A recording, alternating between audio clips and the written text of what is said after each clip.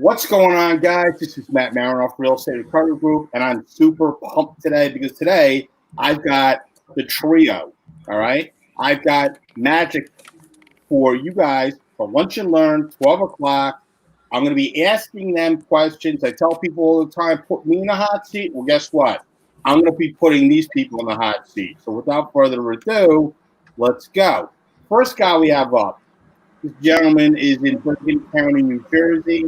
His nickname, or as he goes by, he is the hashtag Smitty Sells. He is with Remax. The second agent that we have coming up, this gentleman's name is Glen Baker. He goes by the Morris agent. I feel like, remember that show back in the day? Like, what was it? Like, they had like the X and O. What the hell's the name of that show? Do you remember? X and O. You're showing a little age there. Sorry. Yeah. Hollywood Squares. That's it. That's it. You're right. Hollywood Squares. I love it. Glenn, I'm going to delete you right now, by the way. All right. And then the next person that we have on here is Amanda. Nadia is Amanda Moves New Jersey. And guys, the purpose for today is just to have people on, like I do. We're doing this Tuesday, Wednesdays, and Thursdays now, and I want to bring people on of interest. And the reason why I want to do it is because I want people to understand that there are people out there that are leaders in the industry in New Jersey that are still making this thing happen. We were joking about coming on here. Actually, Glenn made the comment. I don't want to throw him under the bus. And there's a lot of real estate agents that are essentially retiring due to the COVID. Not because they want to, but probably because of technology. So we're going to start it off. And I'm going to let everybody tell a little bit about their story. If they could try to keep it to like 2 minutes or so, that'd be great. So first up, everybody, I'm going to let the first person who logged on, Justin. Hey. Justin, tell everybody a little bit about yourself. My name's Justin Smith. I'm with Remax, one of the owners of Remax Fort Lee. I've been doing this maybe 6-7 years. And keep it short and sweet. Okay, well, that's under 6 seconds, so that's good. There you go. Right. Next, let's go. Let's go to Amanda. Hi, how are you guys? Okay, I have been selling real estate for over 5 years. I came from a background in pharmaceutical advertising prior to my real estate career. Sold over $75 million in properties. I am a broker associate and have sold a couple hundred homes. So I'm ready to serve however you guys need me. You're a savage, Amanda. That's right. Glen Baker, what's up? Hey, what's up, Maddie? So Glen Baker, a roaring 18 months in the business, came from starting and selling 3 companies over 20 years. And this year I have a team of 8, and we're going to do around 40 million this year. Okay, so let's just back up. You've been doing this for 18 months? Correct. Okay, you got 8 people on your team. Yep. Okay. Now you sold how many companies? 3. And the last company you sold, how much did you sell it for? $91 million. I'm sorry, say that again? $91 million. All right, guys. So I got some serious players on here today for a reason, because if you notice, the people that are on here have not been in the industry for, let's say, in excess of 10 years, right? And the purpose for this is that I wanted everybody to understand that, where back in the day when the real estate market was hopping, and I'm talking way back, before the actual MLSs, there were books. And in those books had the actual listings of the property. So if you want to find out about the property, those people would either call other people or they would have the listing paperwork faxed out to different offices. That was then. Much like the cell phones, I don't know if you guys have ever heard of it. This is called an iPhone. And iPhones have evolved massively over the years. This is a dinosaur.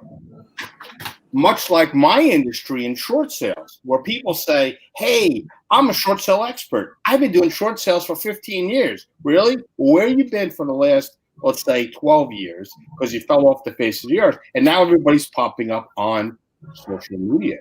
So social media can make you amazing, or it could actually ruin your career. So we're going to do a little bit of a round robin. Amanda, What do you think about technology and the technology that's out there for real estate agents to show people that are first-time homebuyers?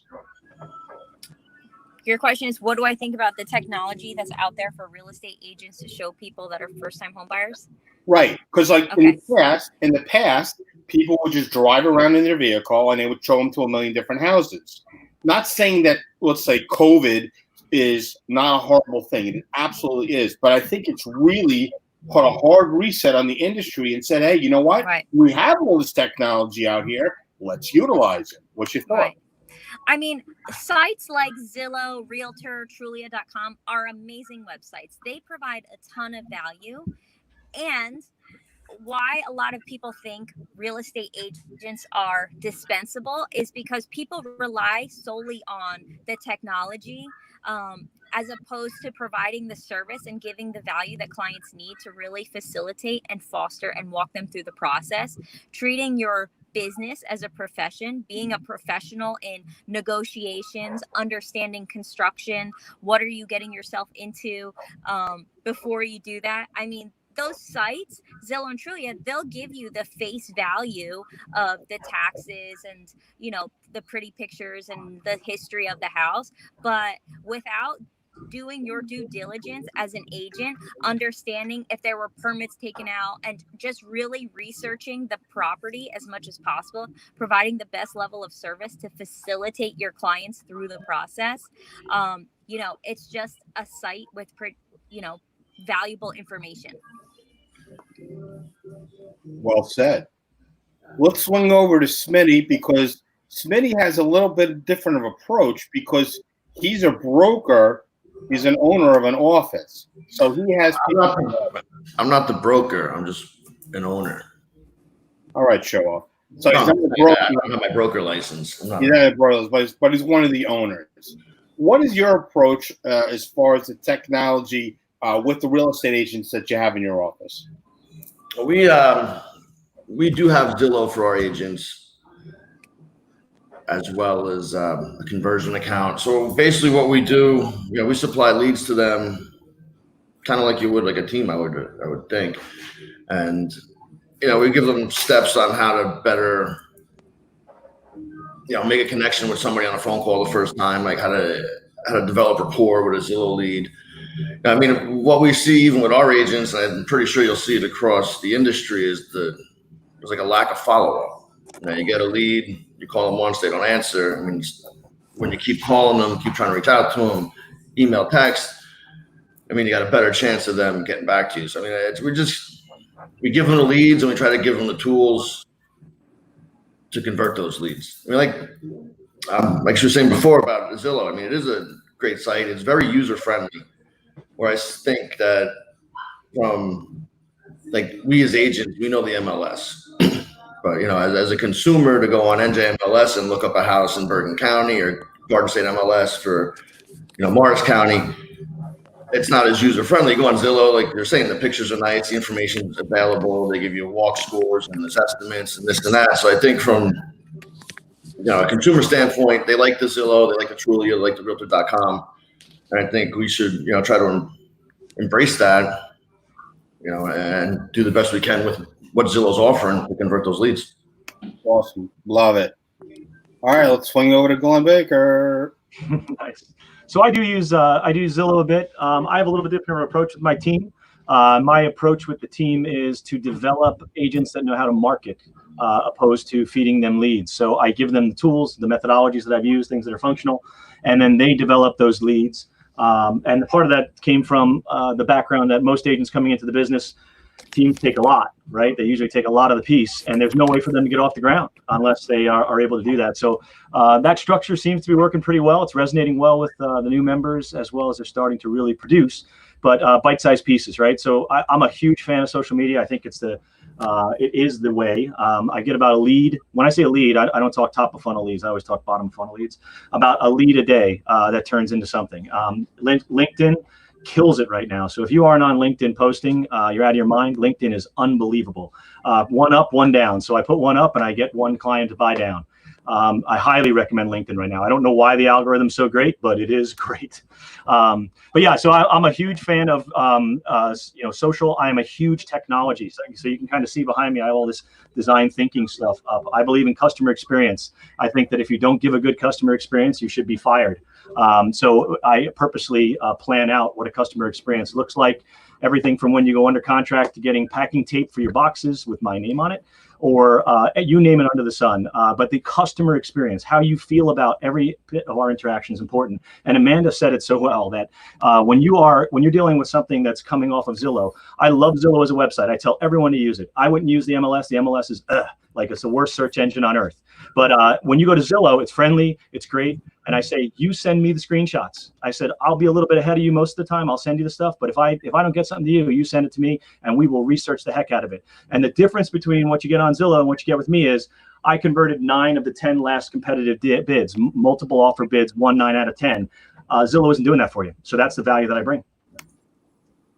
All right. So let me ask you guys a question, because I thought it was funny. I was talking to an agent this morning and he says, yo, you got a serious lineup today. And I said, yeah. And I said, I said, maybe like it, maybe share it, whatever you want to do. He goes, nah.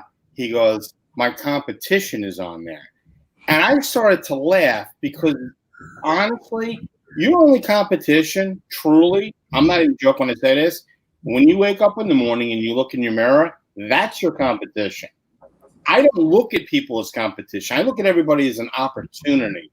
And I feel bad because this person is a true rock star in the industry, but to feel like that, I don't agree with that. So my next question obviously is going to be, do you guys look at people as competition? Amanda, go first. I mean, most of my friends are agents, and I uplift my friends as agents in their strengths. I mean, the chances of, our spheres mixing, everyone has different backgrounds, everyone has different spheres of influence. We know some of the same people, but for the most part we don't know most of them, and people have to do what's in their best interest. There are times where a client might not be best suited for me, and maybe they are better suited for someone else, and I'll refer them over. So it's really not a matter of competition. It's more a matter of collaboration.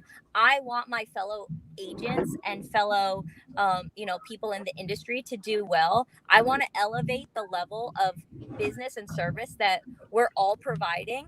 And I surround myself with winners like in the industry. So we're always masterminding, finding, what are the best ways to service our clients, grow our business.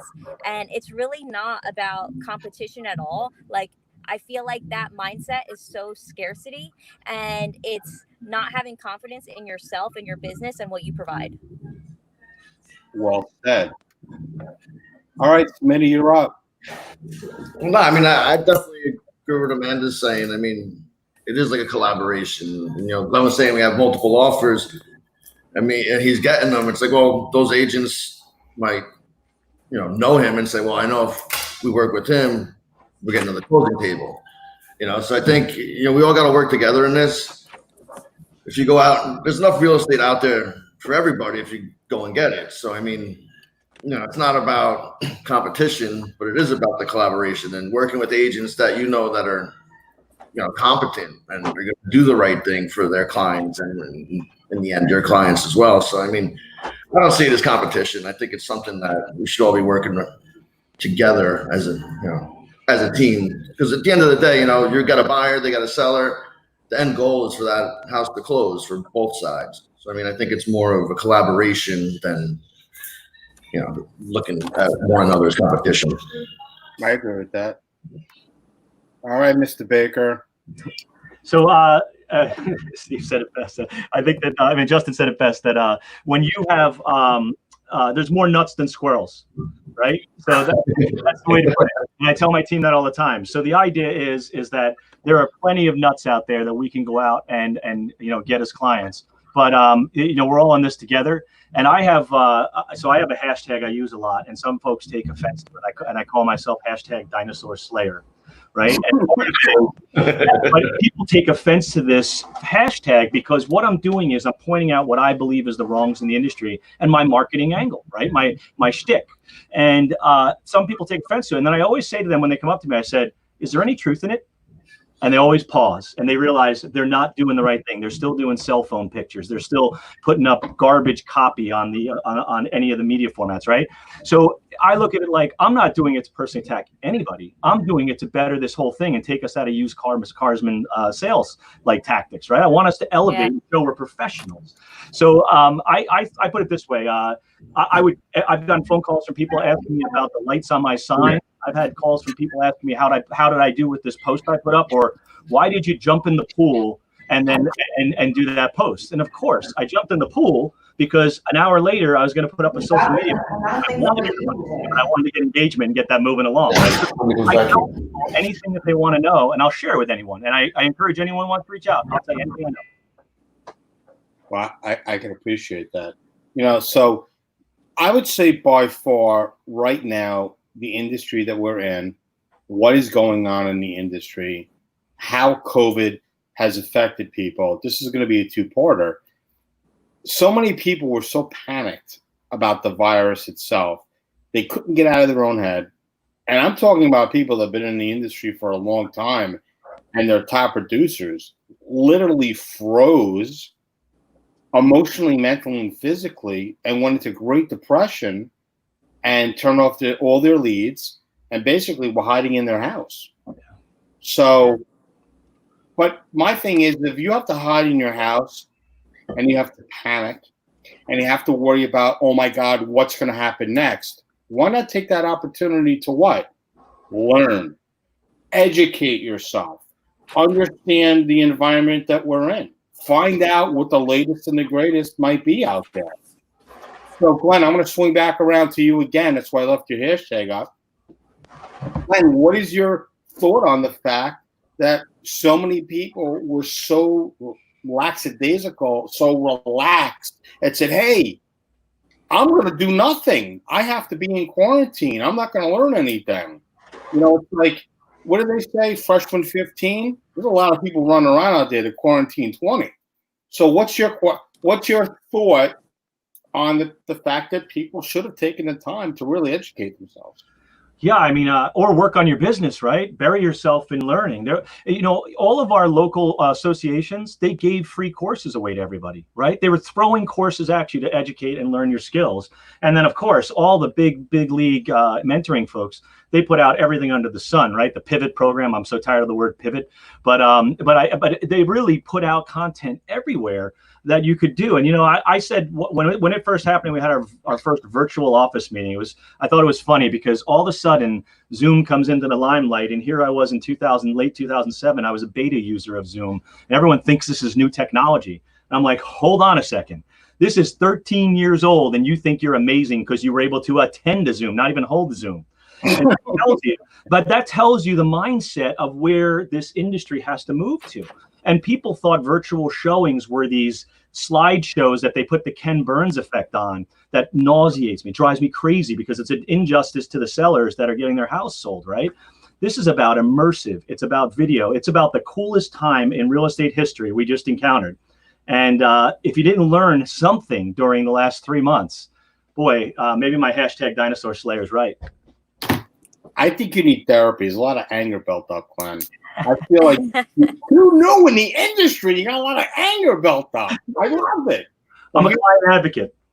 Well, here's the thing, right? So for me, some people don't like me because they don't like my shock value, and they feel like sometimes I throw a grenade in the room, and I don't really care about the casualties.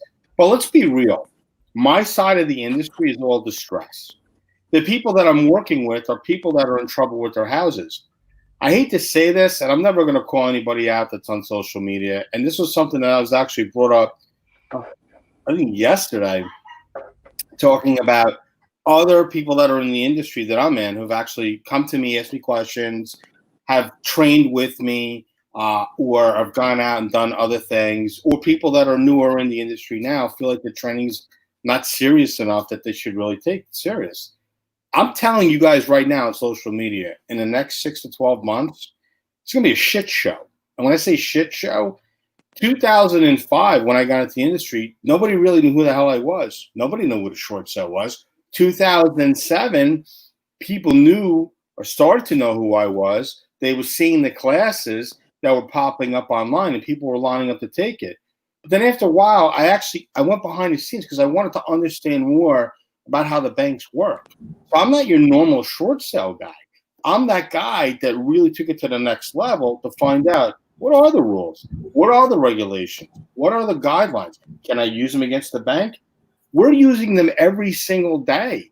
So during this time frame, we've actually got people that we've actually helped save their properties come to us and go, Matt, how come the news, the social media is not talking about people that might have been in default before? Maybe they can't qualify for a forbearance or a deferment. Maybe those options aren't there. So I had to start actually calling the banks and talking to the banks. Another reason why I started doing this 12 o'clock thing, which I think I'm going to start calling it the Lunch and Learn, is because I wanted to be out there as the face to say to people, guys, don't just sit on your couch and watch TV and watch Netflix. Go back on social media. Find out what other agents are doing. Find out what other leaders in the industry are doing. This is not about me. This is a bigger purpose. There's agents out there and say, oh, I sold $5 billion or I sold this, whatever. Give a shit. Really, realistically, what it is right now is you got to give back. And now, before we came on here, I had asked specifically, is anyone hiring? Is anyone looking to build out their team? So I'm going to swing over to Amanda. Amanda, are you looking to build out your team? I am. I think in this industry, especially right now, there's so much amazing talent on the streets. So many people that lost their jobs or, got laid off that are really just incredible assets. So I'm definitely looking to hire to grow my team for people, I came from a marketing background. Hospitality is amazing in real estate, and the hospitality industry took a really big hit with servers, being laid off and whatnot. And what I love about real estate is that you control your destiny. Nobody told me that, I had to sit home and eat bonbons or whatever. Not that anyone tells you that, but like if you get laid off, you get laid off. In real estate, we are the masters of our destiny. So yeah, COVID happened, but I never stopped. And every state is different. I know Pennsylvania, real estate wasn't considered an essential service, but in New Jersey, it was. And I come from a service background, so I'm out there to serve and to take care of my clients, regardless of what's happening in the world. So yes, I'm hiring. COVID is the busiest real estate season I've ever seen. And I have abundant lead flow coming in. And, I want to share these opportunities with other people. The reason why I've always liked you, Amanda, is that you're very genuine. You're not fake. Thank you. No, you're not fake. You have a real smile. Your smile is very contagious. I've never heard. Hold on, let me say this. I've never heard anything bad about you, and if I did, it didn't come from a credible source. Oh, well, thank you. I appreciate that. And that's important that people understand that about you, because you know what? You have a very nurturing personality. And I think that if somebody's in the industry and they're struggling right now and they want somebody to kind of be like a mama bear, teach them and show them, listen, this industry is not rocket science. You have to have a personality. You have to be outgoing. You have to be willing to offer yourself in a different way than most people do. So it's super important that people understand that you're genuine. So guys, if you're looking for somebody who's a leader in the industry that covers, so you're in what? You're in the Union, right? You're in the Summit. What areas are you in? Union, mostly North Jersey, Union, Essex, Morris, Somerset, Middlesex. Okay, cool. So if you guys are looking in that area, or maybe if you're not, maybe you're in a different area and they're looking to maybe expand in a different area. You have no problem bringing somebody on as a team member, right? No, definitely not. I mean, we cover a lot of different parts of New Jersey. So, you know, and especially now in a virtual world, you know, I have people in my office, Lim, you know, people that are just growing their team in every county. So, I mean, the possibilities are out there. There's nothing that says in real estate that you have to stick to one township. That's never been my model. I know it works for certain people, but I lived throughout New Jersey, so I know a lot of areas. And if I can drive there in a reasonable amount of time, I'm going. Cool. Understood. Smitty, what's your thought? Yeah, I mean, of course we're hiring. And I came back from California and Vegas probably, 8 years ago, and I got my real estate license after that. And, when I got my license, I worked for a couple of different offices. And I think the one thing that, our Fort Lee office and our sister company in Coaster, Remax Signature Homes, I mean, we try to have an environment where, agents genuinely get along with each other. They like each other. They want to see each other succeed. There's no like backstabbing or, cliquey groups. Like it's like a family. We want everybody to do well. We're all here to help each other. So, I mean, if, we're looking for agents like that, people that want to come, they want to learn, they want to grow, we're here to help. And yeah, I mean, why not? Outstanding. I love it. All right, Mr. Baker. So, yeah, I think the answer is who wouldn't want to hire? I think it's a matter of vetting people. Oh, let's see. Pro, audio, good. I hear you. You can hear me, right? I hear you. Oh, okay. I hear you. Okay, yeah. I don't. Thanks. Yeah, no, I think I was. I'm not sure. So I think the answer is yes. We're always looking. I think the key is how you pick. So I have already been through my share of evaluating how folks perform based on results. I use a DISC assessment for everybody. I'm a big fan of it, and I think that it's a good way to figure out personalities. And the other thing is I came into the industry with the notion that I wasn't in love with part-timers. I didn't know that, I'm like, wow, I'm overwhelmed as a full-timer. How on earth can a part-timer service folks? And when I met with one of my mentors who's out on the West Coast, he said to me, figure the model out. And he said that it's a critical model that you figure out because that's how you get great people who want to do the same thing you did that don't have the cash roll to do so. And meaning that if you want to leave corporate life and get into the best career on God's green earth, that's how you do it, right? By coming in part-time. And so I took on my first part-timers recently. And one of the interesting pieces is that we've taken the whole entire back office off their plate. All they need to do is bring in the leads, get them a little nurtured, and then all the full-time agents get them their commissions. So we've kind of changed up the model so that we could do that. So I think the answer is part-time or full-time, yes. County-wise, anything in North Jersey is really what we look at. I know the name Morris Agent sounds like it's Morris County, but in fact is just I didn't want the Glen Baker team. It just wasn't my thing. So I picked Morris Agent because it was a cool website. Interesting. So, Glenn, back to you. So I know you're heavy into technology. I knew you when you first were literally just getting into the industry. And besides business-wise, we're friends. So I'm going to put you in the hot seat. When you first got into the industry, you didn't want people to know how long you were in it, number one, and which I thought was hysterical because who the hell builds a team of 8 in 18 months? Zero. And the reason why I wanted you to spotlight the idea that you sold a company for $91 million was 91, right? 91. That's a lot of money. I mean, to me, that's a huge achievement. So I don't look at people as far as like the length of time that they've been in the industry. It's what they bring to the table. I've always taken you serious, as you know, and I'm always here for you if you need me.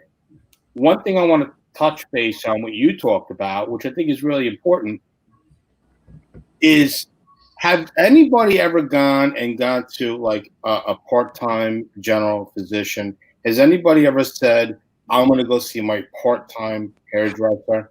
Does anybody want to actually go see and get a consultation from a part-time heart surgeon? Does anybody want to work with somebody who cleans houses part-time? Does anybody want to work with somebody that kind of washes cars part-time and waxes, or you want to deal with somebody full-time? The point I'm trying to make is I get incensed when somebody says to me, and I say, well, are you in real estate? I'm a part-time real estate agent. I literally want to take a pen and jam it in my eye. And the reason why I want to do that is because if you have that mentality about yourself, guess what you're going to portray? You're going to portray yourself as somebody who's part-time. So listen, if you're part-time and you can't go full-time for whatever reason, that's fine. I'm not saying fake it till you make it, but if somebody says to you, are you a real estate agent? I'm a real estate agent. Who gives a shit whether you're full-time or part-time?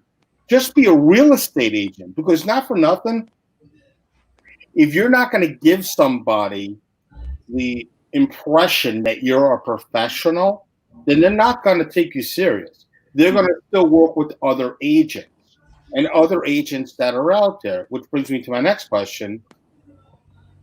Does either one of you actually make it where you have to have your client actually sign off on working with you as a buyer's agent, or do you have that or like do you have that hard talk with them and say, look, this is how I get paid. I need to know you're serious. How do you do it? Amanda, go. So, like any profession that you go to, you would not go to a doctor's office and meet with a doctor without signing paperwork. You wouldn't go to an attorney and have him give you legal counsel without signing paperwork. Right. So why is real estate any different? The first meeting that I'm meeting with people, I'm going to be investing a lot of time, money, energy, effort into my clients. And it's really, I don't pose it as this is how I get paid. This is actually protecting them and ensuring that I have a fiduciary responsibility to them as my clients. And any agent that doesn't have you sign a buyer agreement on the first time that you're meeting them, or second time, let's just say, if they want to feel you out first, they're not doing what's in your best interest, because legally they don't have a fiduciary responsibility to you. That is a very interesting way of looking at it. Like for me, I would like to kind of get to know him, maybe date him a little bit. And then after that, at the end of the date, spring it on them and say, look, sign here. Listen, with me, I'm an exclusive woman, okay? So I don't date around. When you're working with me, I'm working with you. And Gabe, I have your Gabe, did you hear that, Gabe? Gabe, she's exclusive. Only you, Gabe. I got you. No, I respect that. Justin. I mean, I don't usually push for it on the first time. I'll meet them, see if we're a good fit. I mean, if we might not just be a good fit because of our personalities or whatever the case may be, I end up referring them off to somebody else. Right. I mean, in our first meeting, I try to, show them value I'm bringing to the table, why they would want to work for me, work with me rather than, just another agent. And I try to explain to them too, when you're looking at places on Zillow, let me know what you want to see, or when you see something on whatever website, send me the address, like Glenn was saying, and, we'll do the research for you. You might not know what's in a flood zone, or you might not know that house was sold, 2 years ago, or somebody was murdered in it. Yeah. So, I mean, I try to give them, value before, showing and saying, hey, sign this. I mean, I'm not saying Amanda doesn't give a ton of value, but, I just don't do it on the first time. I just I'm a prude, I guess. I wait for the second time. Gotcha. I heard Amanda gives good value. I heard she gives good value. Glenn, what's up? So I actually take a little different approach. I do it when I set while I'm making the offer for buy side and sell side. I basically do it when I sign the contract. So I don't do it before. And but I will say there are certain rules of engagement that I absolutely do not deviate from. Right.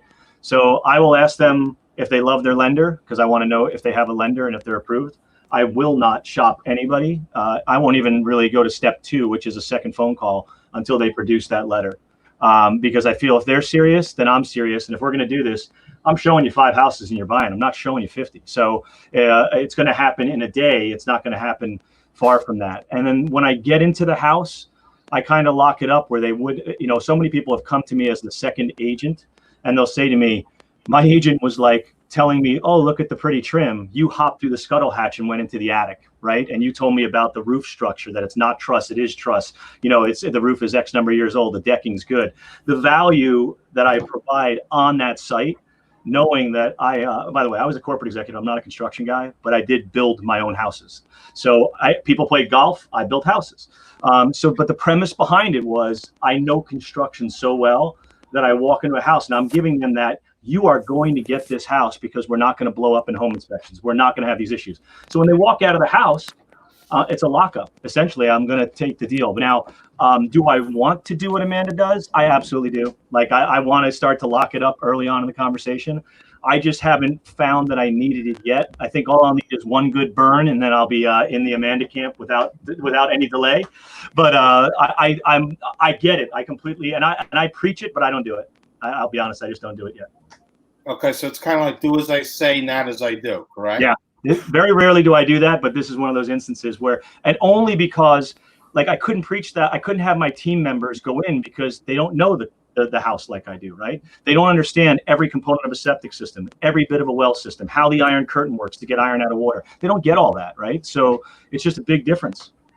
Right. It's funny. I also, not all the time, but I do get involved in buying properties and fixing them. And I remember a septic company coming out about a year or so ago and saying, yeah, the whole system is shot. Got to replace the whole thing. I said, what do you mean shot? Like, how many tanks? Now he's talking about the tanks. Are the tanks, are they compromised? No. So why do you say the whole system has to be, it's not pumping right. It's not percolating correctly. You know how much it costs for a new system in that area? Probably would have cost about $30,000. You know how much it costs to fix the system and bring it back up to where it needed to be? $1,200. So I can appreciate people trying to upsell, but stuff like that, I'm not a one and done guy. Like, people don't look at, I think, the opportunity, and they look at it as a one and done. If I was a real estate agent, which I'm not going to lie, guys, sometimes I do teeter on, should I get my real estate license? But if I get my real estate license, I'm coming for everybody. Because for me, I know what a homeowner wants. I know what a prospect needs to buy a property. I would do a mix between the three of you because it's so important. People need to see the value. And I've been on the home buying side with agents. I talk to them just like the whole, yeah, it's got nice trim. Oh, it's freshly painted. They just shampooed the rugs. Who gives a shit? The color of the walls look like shit. I don't like the crown molding. And the rug, how am I going to walk on a rug that somebody else walked on? I'm a germaphobe. I'm looking it all up. But for me, it's not going to make a difference. You got to understand who your client is. You have to understand how to cater to them. So I would say probably across the board. And it's, for me, I feel bad because I see some of the real estate agents that get involved on the short sale side, dealing with the listing side. They have absolutely no idea what they're doing. They're telling them that they shouldn't do one thing, but they really should. They should tell totally something different. I mean, my wife took a listing on a property, and I think she got 26 contracts on the house. Wow. And the majority, well, I do it differently than you guys, though, because on the distress side, you need probably 7 to 15 days to market a property. So what I do is totally different. I tell the real estate agent, you're going to market the property, you're going to do a huge build-up. This is before COVID. And you're going to say, on this day, you're going to do an open house showing one day, 3 hours, and they run through it like crazy people to the tune of 70 to 90 people. Then you get your contracts, right? Then after that, you say, okay, guys, you've seen all the properties. Here's the emails. Just want to let everybody know we have people that are interested. We need the contracts in by this date.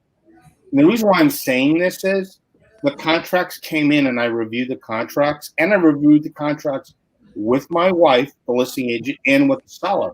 And the seller was a little blown away because nothing to do with the industry, but after watching these beautiful HGT TV shows and everything like that, and how amazing it could be, and in a half hour you can actually go to an auction, buy it, and then 24 minutes past the hour, you go to commercial break, and they're going to talk about how much they sold it for, and they're going to come back. That's not reality. So for the seller to say, why didn't they provide proof of, of a mortgage or their funds? Why wasn't this contract signed? And what does this letter mean? If the bank is willing to accept an offer, then they'll fill out a contract. Then they'll give it the information that we need. So it's like, that's scary to me that people don't really understand how to be a real estate agent. It's terrifying. Which leads me to my next question. Glenn, if you're fresh out of school, like that, when you went to real estate school, did you talk about common sense, or did they just say, listen, you can't live in this area because of who you are.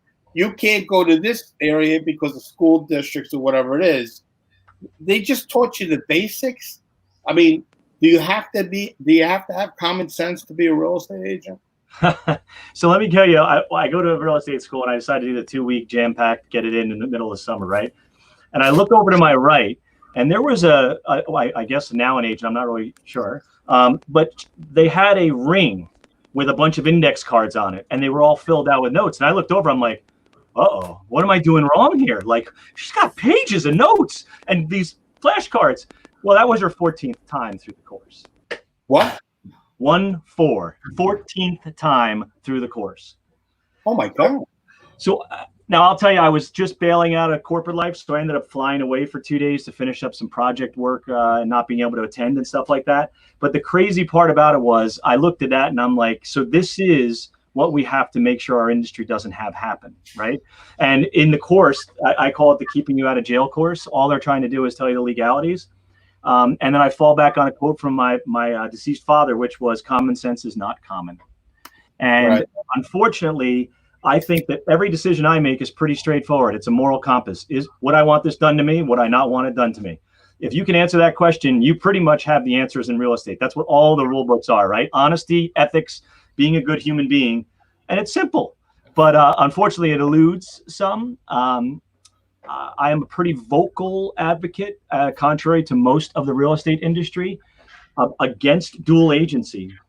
I will not do it. Now, I realize that Weichert is a large reach, right? And we have a lot of Jim Weichert all over the place, but I will not practice both sides of any one deal. I just don't. You lose my ability. You lose my capabilities to kill it for you when I go to both sides of the deal. So I am kind of bumping the norm for that. I know, and I'll tell you the reason why I bring that up. That is where most of our nonsense in our industry comes from. People trying to slide in their buyer, not calling me back for a showing. It happens in a particular county close to you very, very often. It drives me crazy because it's not doing right by either side, and it's a moral compass. It's simple, right? So there's my. I'll get off my pulpit there. I got you. Smitty, what do you think? Do real estate agents have common sense? Oh, I mean, I think some of them do.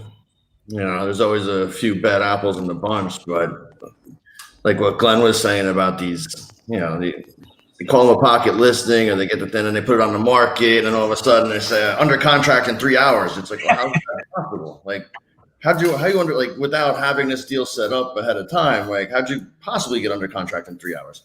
Yeah. So, I mean, there's definitely, you know, some shady stuff that goes on in our industry, and it's unfortunate. I mean, I agree when there's that many offers, you kind of don't want to be on both sides, because it's going to be, you know, people are going to talk bad about you. You go, oh, well, look, his offer was, I gave $550 and he accepted an offer for $555, and it was his or his agent's, and, you know, he must have told them my offer, and people talk. It's just easier. Just wash your hands of it, take somebody else's offer, and just move forward with the contracts. I definitely agree with agree with Glenn on that one. Amanda, what's your take on real estate agents and them possibly not having common sense? Have you encountered any of that? There's definitely that in the industry. I mean, the sad part about our industry, and I love real estate and I love being an agent, but it's essentially you can get your real estate license in 2 weeks. So they're not really teaching you like the basics of selling and ethical things, to like procedures, how to handle multiple offer situations, what are the, best practices for handling certain scenarios. And most of these agents, they take the 2-week course, which is basically a bunch of rules that, and vocab that you may or may never remember. And then they're never getting formally, properly trained by their broker. So they're dealing with people's, biggest financial asset, handling it without really any experience on how to handle certain situations. So, I try to work with agents as much as possible on the other side of the deal, because when you have a good relationship with that person, whether I like them or not, it doesn't really matter, but you talk through the scenarios and here's how I would handle it. And I almost try to coach agents that I'm working with in certain scenarios that I could tell don't have the experience to handle a certain situation. All right, guys, let's talk about education. Why are real estate agents saying to me, I'd love to take your class, I'd love to learn from you, but if I can't get a CT credit out of it, there's no value to me. Like, that blows my mind. Just because there's no value, because you can't get a CT credit, let's talk about how important really are CT credits and how important is continuous education or continuing education as far as really being able to build your craft. Now, Amanda, you haven't really taken anything, which is fine because it's not really your realm. It's not really something that you're going after. But I've worked with Smitty a little bit, and I've worked with Glenn a little bit. So I'm gonna put this question to them. Justin, you went to one of my workshops. Yeah. All right. What was your impression when you walked out of that workshop? I was blown away. I mean, there's so much information there, stuff that you're not going to learn in a CE class. Like, you're not going to learn this going to your board and taking the class on whatever they want to tell you. It was things, real life, like practical things that happen when you're dealing with short sales. I mean, I took that SFR class when I first got my license, and I really learned nothing from it. Like, I was like, oh, I got a little sticker that I can put on my card. Like, awesome. But, half a day with you, and I was like, wow, I learned so much more. And I mean, the thing that I see with agents now, is it free? Like, do I get lunch? If I got to pay, I don't want it. It's crazy. And like you're saying with the CE credit too, it's like, oh, do I get one unit? It's like, it's only one unit, like you can take a class online. If you want to go to AC, you can spend your, 3 days there and take classes there. So, I mean, you have 2 years to do it. So I don't really buy into that. If I don't get a unit toward continuing ed, I'm not taking it, because it's like, you got 2 years to do it. Like, it's not that big of a deal. 100%. Glenn, what's your impression? Because Glenn, you went to my short sale boot camp expo. You went to all my workshops. You went to the reboot, and you went to my master class. What's your impression on it? Well, so for me, my first deal in real estate was a short sale. So I learned trial by fire, and I knew enough to get it done. But boy, was it a mess. And in fact, mentorship in real estate isn't all so great, right? When you're dealing with many of these offices. So when I went to go look for some assistance, couldn't find it. Ended up reading all night long, every single thing on the internet I could about short sales, and closed the short sale in 21 days. But I knew at that point I needed to go somewhere to fast track what I was doing. And I also knew that I needed to not have to develop this. I just wanted to do it. And for me, I almost shorted out in year 2001, starting one of my companies. So I had a really, really bad experience with a realtor I had a really, really bad experience with a foreclosure or what was pending for a foreclosure. And I had said, I'm never going to have anyone experience that again. So for me, the short sale piece is a portion of my business, which I consider in the give back or the charity piece. It's more so it's important to help people when they need those things, opposed to looking at it like it's all about the revenue, all about the money. That's not what we do that piece for. And I do Homes for Heroes and that for those particular reasons. Homes for Heroes, for people that don't know what that is, what is that? Quite simply, I'm a volunteer fireman at 20 years. I use the word active because I still go into active fires. I don't hang out at the bar and drink beers. I do that occasionally too, though. But the idea behind Homes for Heroes is that if you're a police, fire, EMS, now essential workers, as well as military and teachers, I give you back 30% of my gross commission at closing through legitimate forms, through the Homes for Heroes organization. This year, right now, I'm at the $42,000 mark giving back. I intend to make it to 80. That's amazing. I like that. Guys, we're coming up on an hour right now. So I want to ask in closing, what people foresee the next 6 months to a year. Smitty, go ahead. What are they going to see in the market? Yeah. I mean, you could ask anyone. I mean, the market's super hot right now, and I mean, with interest rates as low as they are, I can't really see them, spiking, shooting, skyrocketing up. So I think you're going to see continued low rates. It's going to be whether it's going to be what happens with inventory. I mean, there's going to be another, like it is now, with very low inventory up in Bergen County. I'm sure you're seeing it, all across New Jersey. So I think it's still going to be a seller's market. It's going to be beneficial to them. Multiple offers above asking. So, Okay, cool. Glenn? Oh yeah, I think we will see some shorts, I think is the answer. I don't know what's 2008 ramification, but I certainly do know that I've been hammering the short sale market with yellow pad letters and things. And my intent is to do brand awareness for when they do come. My goal is to prevent them from their next mistake. That's the goal. That's the way I put it. So, but the idea behind the market is, I know everyone on this video here, you put up a listing 3 days later, boom, best and final, 10 offers. It's insanity right now. And it feel bad, right? Anyone who's on the buyer side, it's a hard run. Like it's really, really hard for buyers right now. So they need folks to carry them through. And that's what our job is to do. Make them comfortable, let them know they're going to lose a few, they're going to strike out a few. And we're going to figure it out for them. So, Amanda,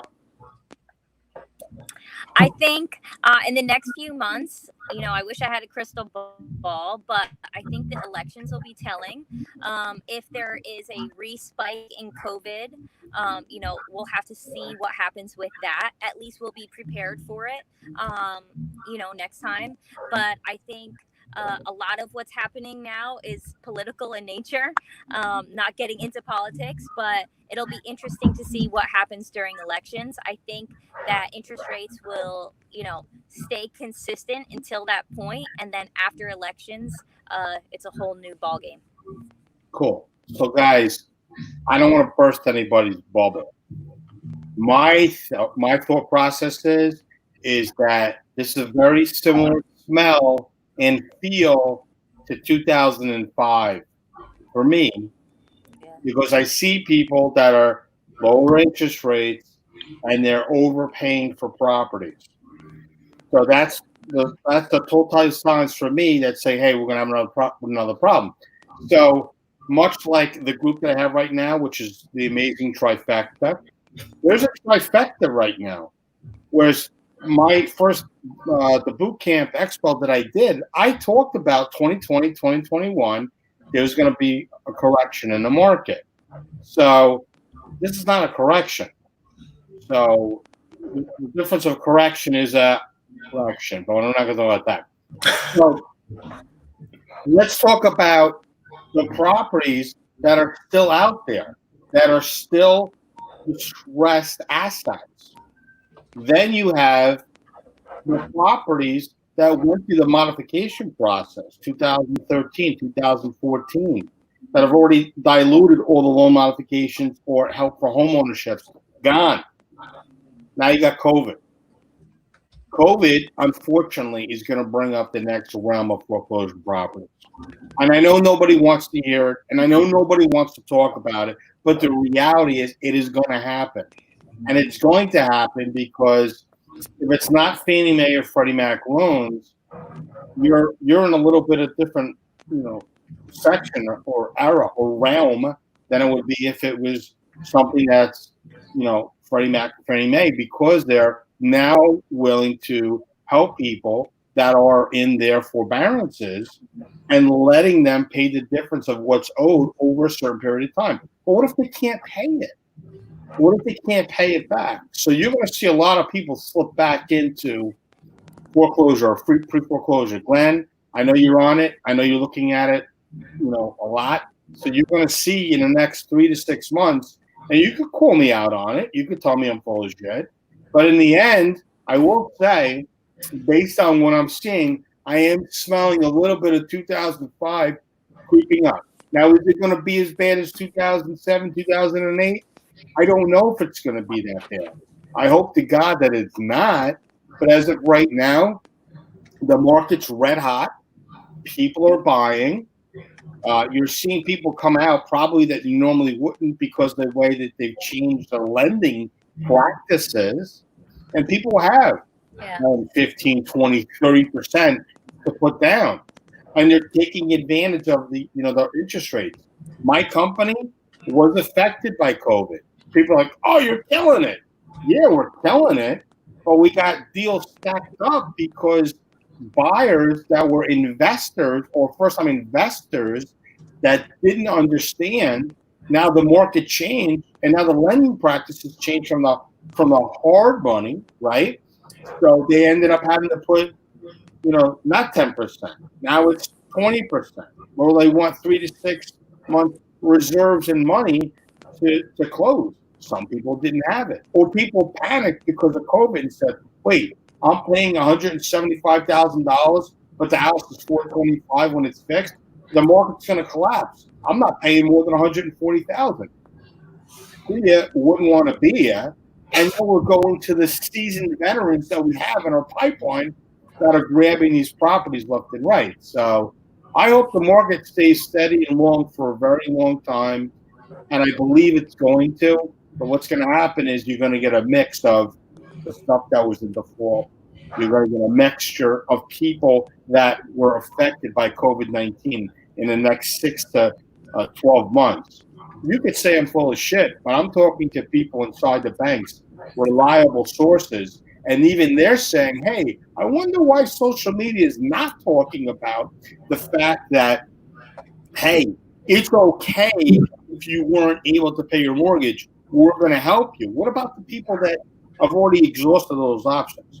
So, and by law, just so you know, guys, they have to say that they're eligible for a program. So when they're eligible for a program, doesn't mean they're going to get it, right? So I appreciate everybody coming on today and coming on the show. At the end of every one of the shows, I ask people to emulate my finger point. So I'd like to see if you guys can do the finger point. I don't see everybody's finger point. We'll go up there. Woo! Amanda, what was that? You want to double? She's like, all right, hold your fingers. Hold your fingers. I'm trying to do it with one hand. I want to take a picture of everybody. Amanda, get your finger in there. They're like sausages, Matt. Come on, son. That's funny you say that because your wife said the same thing. I knew it was coming. Wait, hold on. I gotta go back to photo again. All right, do it again. Perfect. Thanks, guys. I appreciate everybody coming on. Look, the shows are Tuesday, Wednesdays, and Thursdays at 12 o'clock. It's all about lunch and learning. I'm not bringing the lunch. You're bringing your own lunch. And some people are bringing liquid luncheon.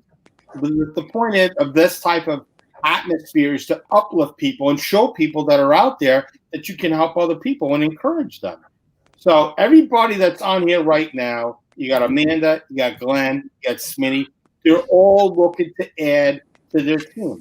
So if you like what they have to say or like what they have to hearing what they're saying, then reach out to them. Find out. Does anybody on here not want to hear from people that maybe they're not sure, they're confused, maybe they don't like their team, maybe they're looking to make a change? Do you guys care either way, even if they don't come on their team? Are you cool with them asking you questions? Absolutely. Yeah. Anytime. I appreciate it, guys. Guys, until next time, remember, it's not a no until you get a restraining order. Matt Maronoff, Real Estate Recovery Group. Take care, folks. Thanks, Matt. Thanks, Matt. Thanks, guys. Bye. Thank you. Take care, everybody. Thank you.